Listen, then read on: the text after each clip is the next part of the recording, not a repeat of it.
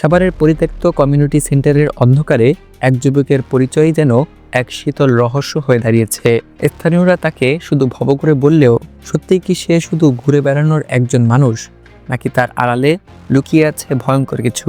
রবিবার বিকেলে সাভারের থানা রোড এলাকা থেকে পুলিশ সম্রাট হোসেন ওরফে কিং খান নামে এক যুবককে আটক করে। জানা গেছে তিনি দীর্ঘদিন ধরে থানা রোড এলাকায় ঘুরে বেড়াতেন এবং রাতে ওই পরিত্যক্ত কমিউনিটি সেন্টারে থাকতেন। স্থানীয়রা তাকে মানসিকভাবে অসুস্থ এবং ভবঘুরে হিসেবে ছিলেন। ঢাকা জেলা উত্তর গোয়েন্দা পুলিশের ভারপ্রাপ্ত কর্মকর্তা ওসি সাইদুল ইসলাম জানান, কমিউনিটি সেন্টারের বিভিন্ন সিসিটিভি ফুটেজ বিশ্লেষণ করে সম্রাটকে সন্দেহভাজন হিসেবে শনাক্ত করা হয়। প্রাথমিক জিজ্ঞাসাবাদে তিনি 6টি হত্যাকাণ্ড সম্পর্কে গুরুত্বপূর্ণ তথ্য দিয়েছেন। এই তথ্য যাচাই বাছাই প্রক্রিয়ায় রয়েছে। এর আগে ওই পরিত্যক্ত কমিউনিটি সেন্টার থেকে ফের 2টি পোড়া মরদেহ উদ্ধার করা হয়। এই ঘটনার পর এলাকায় ব্যাপক চাঞ্চল্য সৃষ্টি হয়। পুলিশ জানিয়েছে, পুরো ঘটনার রহস্য উদ্ঘাটনের জন্য তদন্ত কার্যক্রম চলছে।